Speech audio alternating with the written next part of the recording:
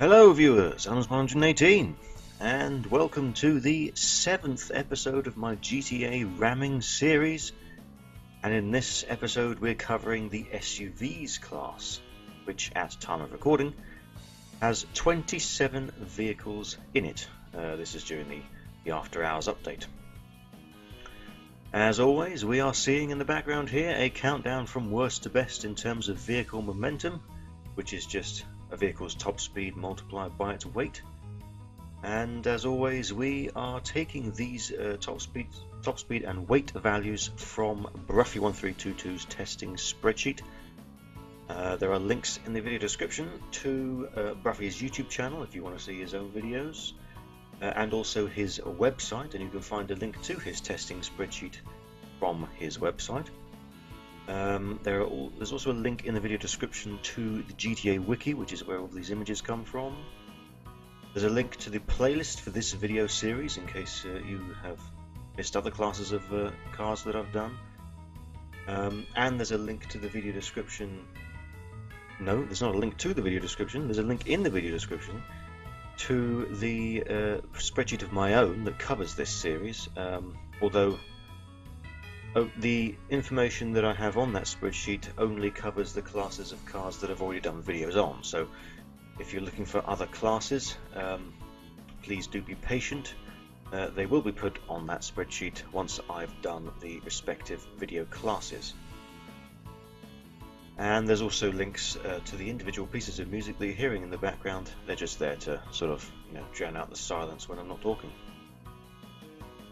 So, with all that covered, the SUVs class. Of all the classes I've done so far, this is by far overall the best class for ramming.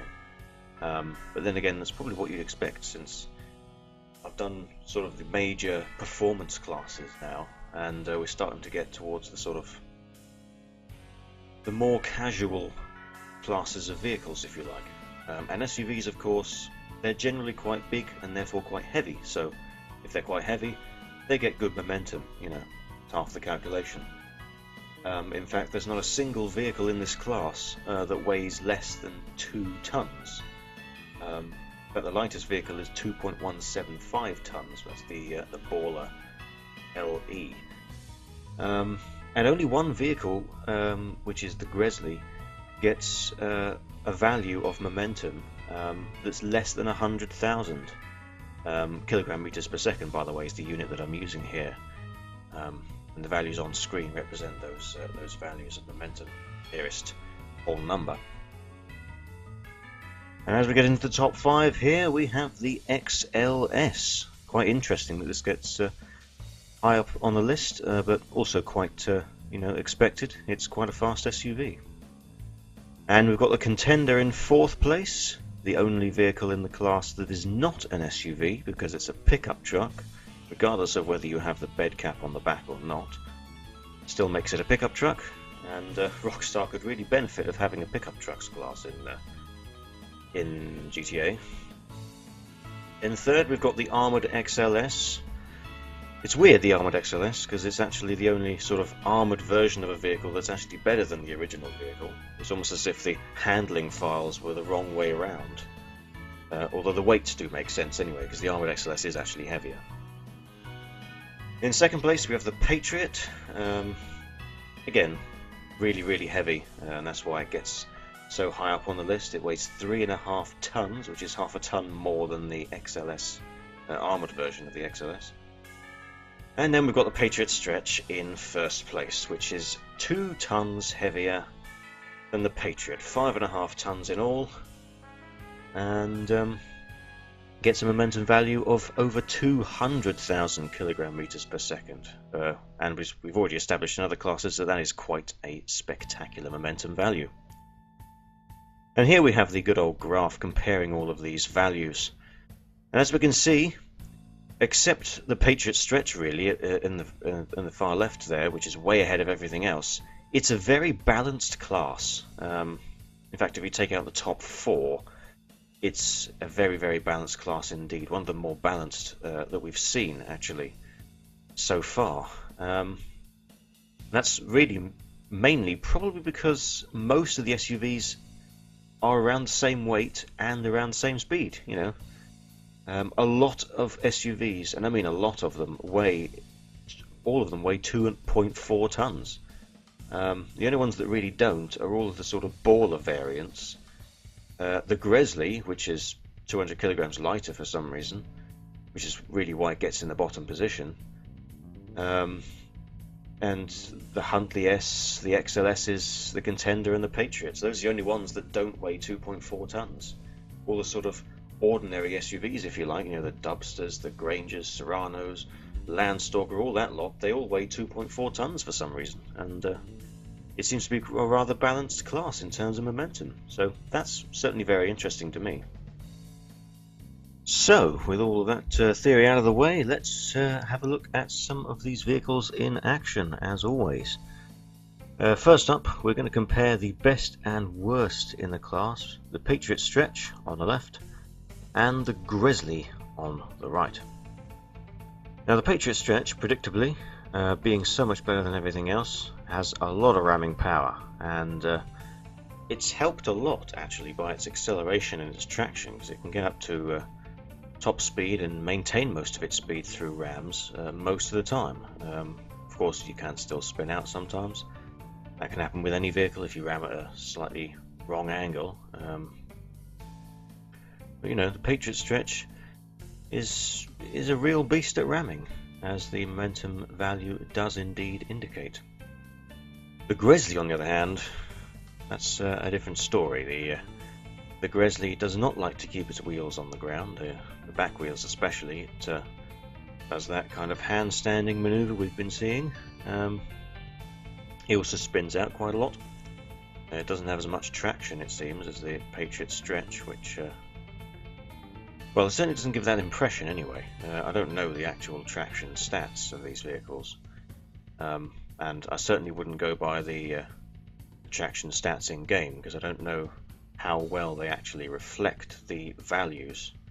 There must be some values somewhere, I don't know. I suppose they're in the handling files. I've just never had a look at them.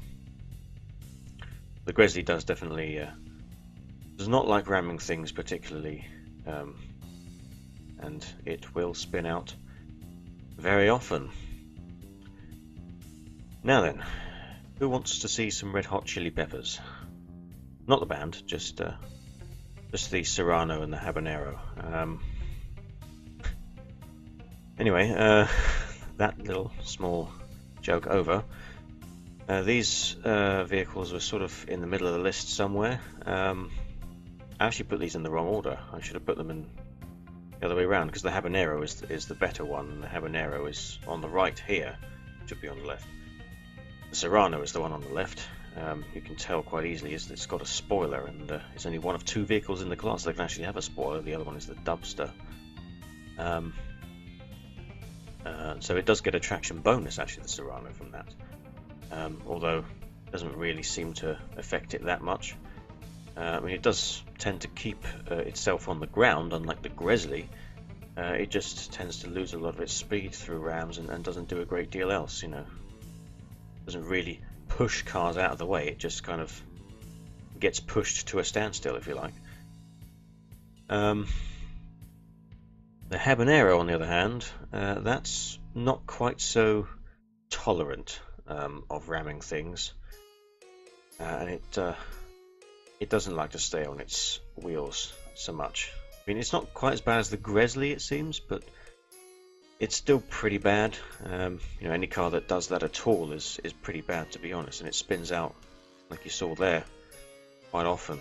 Of course, those of you who did indeed come from Bruffy, you know, you will know that the Habanero is a bit of a meme, especially on the 5M Project Homecoming server. Now finally we're going to see two of the more high-end vehicles, okay, except the Patriot Stretch, obviously that's the vehicle at the top. But predictably, these two vehicles being luxury SUVs, XLS on the left and the Huntley S on the right, they get good momentum values, and That is not the whole story with these, I can tell you that, especially with the XLS. That thing does not ram things easily. That thing spins out a lot, does front flips, does all sorts of things that we've already seen from some of the other cars. It's got good acceleration, I'll give it that, and so does the Huntley S. You know, they are definitely better performing cars in their classes, but they're also not that good at ramming, really, when you consider everything. I mean, the Patriot Stretch is the top on momentum, and it's got the sort of the traction to account for that as well, you know, and it's even got good acceleration. I'm not saying these cars don't have good acceleration, they definitely do, but they just don't tend to keep themselves on the ground all the time. That's what, in general, keeps SUVs from being the best vehicles at ramming. So, really, for this class, it seems like you go Patriot Stretch or you go home. Either use the Patriot Stretch or you don't stay on the ground, or at least don't guarantee yourself staying on the ground, you know. And that's it for this video, viewers. An interesting class, a well-balanced class in general with the momentum. It's just the Patriot Stretch that comes out on top, way ahead of the others. But then again, we've had that sort of outlier with most of the classes so far, so I guess that's what you'd expect. As always, you know, I hope you enjoyed watching. As always, feel free to subscribe if you aren't already, if you want to see other classes of cars coming in the future. We're going to have a very, very short video next. It's going to be the compacts class, so stay tuned, and hopefully I'll see you there. And good luck with whatever games you're playing. I'll see you next time.